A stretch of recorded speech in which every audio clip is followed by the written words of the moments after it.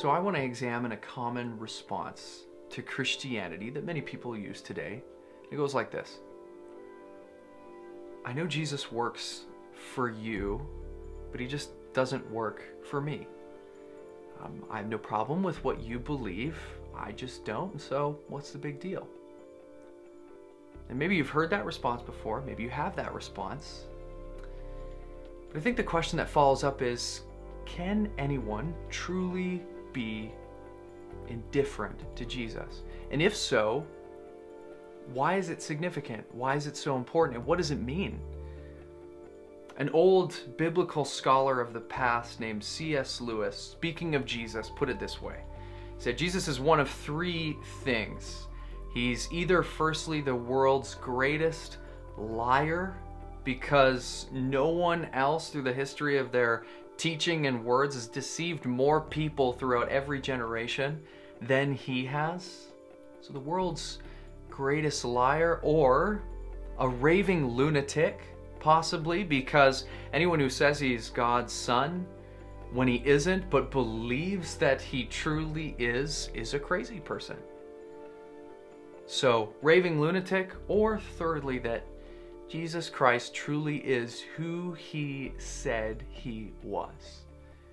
Now, right off the bat, the first two responses, or the first two options, don't really make sense, because Jesus wasn't a liar. We see that manifested in his life. Even the Bible tells us that Jesus was sinless, but everything he said came to be. Everything he said was manifest in his life and even after his ascension.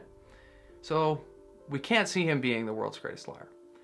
Secondly, a raving lunatic also doesn't make sense because of the great response of the people during that time to his care and his teaching. Not only that, but even in the lives of his enemies, who professed that he had a wisdom which didn't make sense because he was an uneducated man. And those things just don't line up with someone who's a raving lunatic. So we see that the testimony of the Bible, and the truth is that Jesus was who he said he was. He was God, God's incarnate Son. Now, what does that mean? Well, it means that how we respond to Jesus is so very important. Nothing else in our life could be more important to our response to him. And indifference to who he is and what he has done is not simply neutrality anymore. That no one could possibly truly be indifferent to Jesus. And let me explain that a little bit, because the Bible talks about those who are in this category and who have a similar response. When it says in Hebrews 2:3, how shall we escape if we neglect such a great salvation?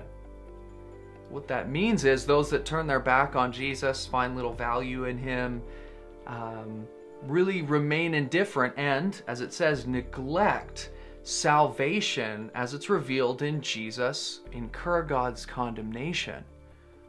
God doesn't look at those who say, well, Jesus just isn't for me, with neutrality. You can't just let them off the hook. No, to remain indifferent to Jesus Christ and what he has done is an offense to God himself. And we have to understand, the offense in neutrality is tied up completely with who Jesus is and what he has done, because Jesus isn't just simply a man and a moral example. He was God incarnate, equal to God in every way, eternally existent, never created, who came to this earth, dwelt among men for a purpose, to restore men to God by willingly going to the cross to die for the sins of his people, to take upon himself their worthy punishment so that God could legally justify his people, forgive them, cleanse their slate clean. And on the cross, he bore God's wrath, he died there, and 3 days later, the greatest proclamation of his deity, his equality, his sonship with God, was that he was raised to new life. And that also was a declaration that God accepted his sacrifice in full. Now, this is the gospel, this is the good news, that Jesus can forgive wicked men, that God can forgive wicked men through Jesus' sacrifice. By turning from sin and trusting in Jesus, men can be saved. Now Jesus isn't just one option out of many. No. He's the only way of salvation. We see that even in his own command, where he says to every man, repent and believe in the gospel. That is that call to forsake sin, trust in Jesus alone, that there's no other option of salvation, not in self, not in any other means, but exclusively in him. And to neglect Jesus, to remain indifferent to Jesus, is hostility. It is rebellion against that command.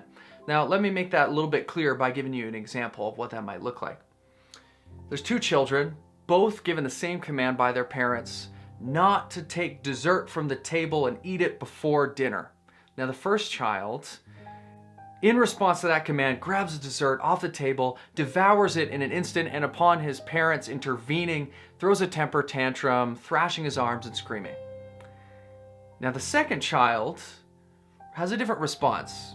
Casually takes the dessert off the table, eats it slowly, makes eye connection with his parents, and says, "What? Shouldn't worry about it." Explaining to them that he's just going to do what's right for him.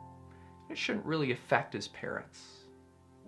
Now, is that any less of an affront to the authority of the parents than the first child? Because the first child still understands the authority, but neglects the rule because he knows he's going to get in trouble. He knows it's wrong, but really wants to do it. The second child, in his response, says parents don't have any authority over him.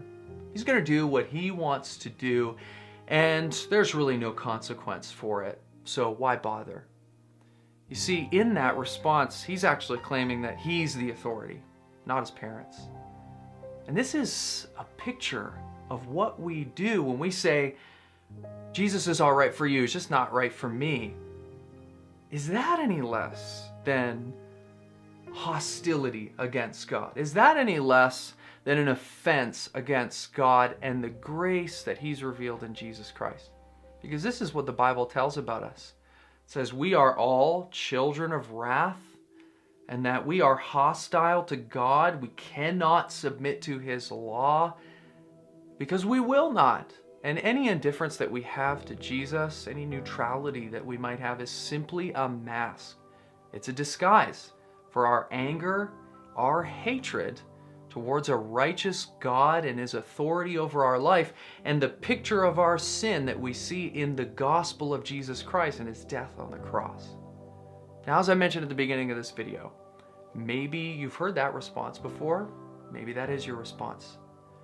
But consider the grace of God in Jesus Christ, that he would not withhold his only son, but deliver him up, and Jesus willingly go to the cross to die and to suffer penalty of sin so that we might be brought and restored to God by repenting and believing.